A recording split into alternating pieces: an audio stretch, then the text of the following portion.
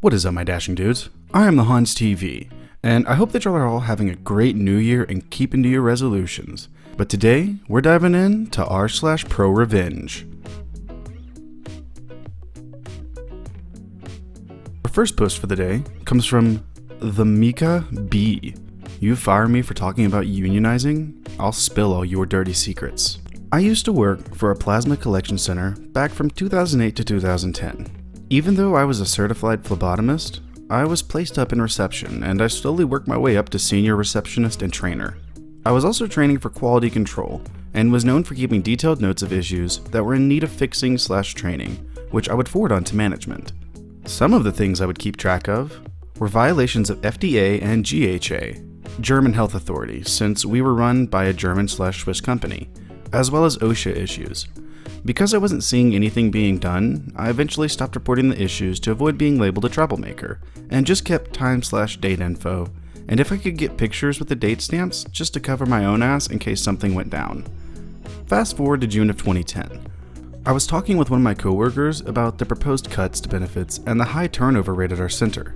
They were complaining to me about being afraid to call in sick because others had been fired for it.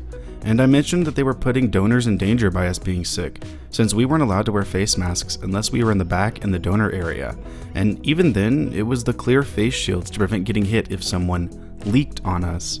Without thinking about it, I talk about how unions protected against this sort of thing in other medical fields, and how that might be something we should consider to help protect us. The coworker got weirdly quiet, but I figured it was because I was talking about a subject most people don't like talking about. Nothing really happened about it until about August, when another coworker grabbed my ponytail while I was working with a donor and yanked down on it, jerking my head back. I'd informed everyone I worked with to never touch my hair, because it was a trauma trigger for me for being abused, and so this coworker knew I would end up in panic mode from this. She'd seen it happen before when a donor touched my hair, so this was deliberate. I remember telling her to not do that again or I would make her go away. She, of course, walked up and yanked my hair even harder, and I hit her. The supervisors went into damage control mode as I fled the area, still in a panic response, and one of them cornered me and demanded I write down what happened because I had assaulted someone on the property. I wrote my side as well as told them to check security footage, since the camera was aimed right at the booth I was working at and had clear view of the events. Turns out, everyone else told an entirely different and creepily similar story than what I told, and the footage couldn't even be found, even though less than half an hour had passed. I was fired for assault less than an hour later and escorted off the premises, after being given 5 minutes to clear out my locker and get my belongings. So, on to the revenge, which was two-pronged. My partner was there on that day and saw what happened, and tried to offer to write up what he saw, but was denied.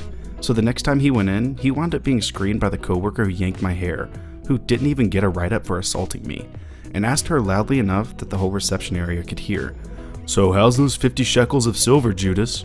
Was it worth it?" Which left her in tears, and another person had to finish screening him. He wound up being banned for 6 months for his attitude, but he claims it was more than worth it. While this was going on, I had been reaching out to the various organizations and departments that oversaw plasma donation and collection, the FDA, OSHA, CDC, and GHA, and the like. I informed them of the fact that we always cleaned prior to an inspection, but we didn't keep things that clean day to day, and suggested a surprise inspection should be in order. I also handed over copies of everything I collected and tried to report, but always got shut down.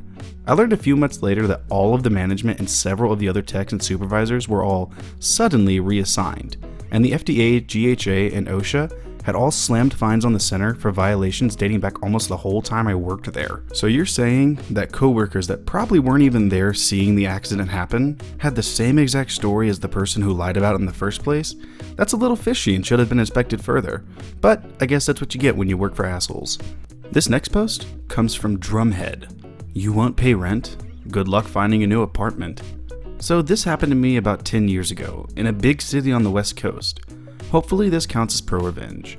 I just finished grad school and was looking for a way to cut down on rent in an already expensive rental market.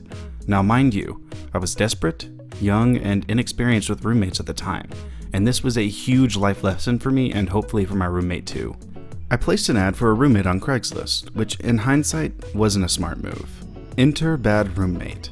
Bad Roommate was a few years older than me and at first seemed really cool with a stable job as a licensed masseuse.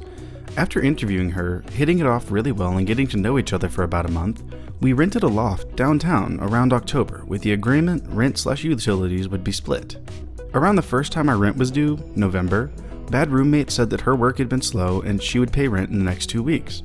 Luckily I had enough in savings, so I covered rent. Well, the 2 weeks came and went and still no rent. When I asked her about the rent, she yelled obscenities and accused me of being abusive and harassing her. No kidding, while claiming she didn't have money for rent. She would be out of the house from around 9 a.m. till around 2 a.m. visiting friends. All of this nonsense continued on, as well as other things, such as stealing my food and breaking some of my belongings, including a bottle of wine that my recently deceased sister had gifted me. Bad roommate's excuse was bad energy in the house, while giving me a little smirk. Fast forward to beginning of December, and you guessed it, still no rent. This time, in addition to yelling obscenities, accusing me of being abusive and breaking my stuff, bad roommate called the police on me, accusing me of making threats. The cops did not do anything, as there was no evidence I did anything. For the record, I didn't. But they did give me a lecture about making threats, and said next time they come out, I could be arrested or forced to leave my residence. By this time, I was almost out of savings and fearing eviction. Bad roommate had not paid rent since we moved in. The final straw came when I came home from work to find her threatening my 2 cats who were cowering in the corner. I almost lost it, but due to what happened before with the police, I didn't want to poke the fire. This was when I remembered the officer saying I could be forced to leave the residence, and a light bulb went off in my head. Now, the revenge part. I called my best friend, whose father was an attorney.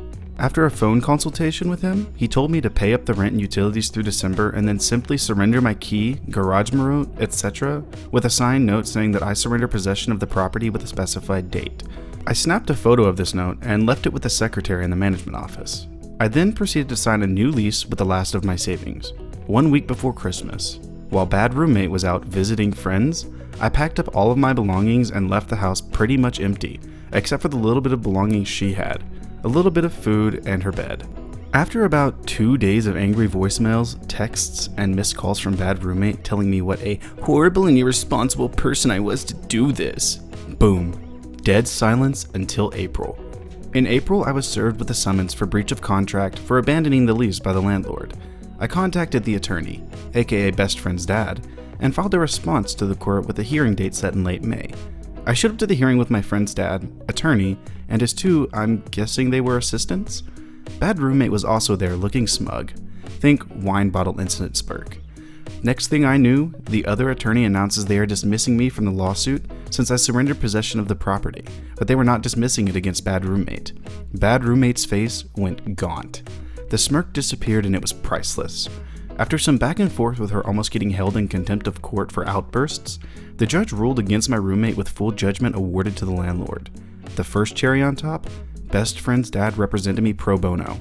The final cherry on top, I came to find out a month later via an angry voicemail from bad roommate that after being kicked out of a friend's house while couch surfing, her credit was trashed. She had an eviction on her record and subsequently could not get another apartment, and that again, I was a horrible and irresponsible person. I never heard from her again afterwards, but she was on the news a few months later, mugshot and all, for trashing a convenience store. Last I heard, she moved to Las Vegas. In the end, my credit did take a small hit. Even though the suit was dismissed, the debt was put into collections and reported to the credit bureau. For the next 4 years, I tried unsuccessfully to have it removed. At the 4-year anniversary of the lawsuit, I petitioned the credit bureau, under the advice of my friend's dad/attorney, to clear my record as the statute for filing suit had expired at the 4-year mark. Failure to comply with the request would result in a lawsuit against the credit bureau for slander of credit. To be honest, I just followed his instructions, not knowing what I was even talking about. A couple days later, I received a call that my record had been cleared. Long story, but in the end it was worth it to get back at an otherwise horrible person. Alright OP, so your first mistake? Living on the West Coast. Prices are exorbitantly raised there. Your second mistake? Not vetting out your roommates. Because that is horrible.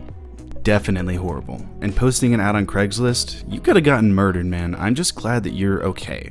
I get that it's infuriating and everything, but you came off with a better end because you could have been murdered. But that's going to do it for today's episode of r/ProRevenge. I hope you liked the stories, and if you did, go down to the links below and show OP some love, because they deserve it. They wrote these. Also, if you liked the video, feel free to subscribe, share, drop a like, and a comment down below with what you'd like to see me read next. A humongous thank you to all of my subscribers and supporters. We're at 140 now, and I just can't explain how happy that makes me. I can't wait to keep on growing with you guys and see where it takes us. But with that being said, I'll see you in the next video.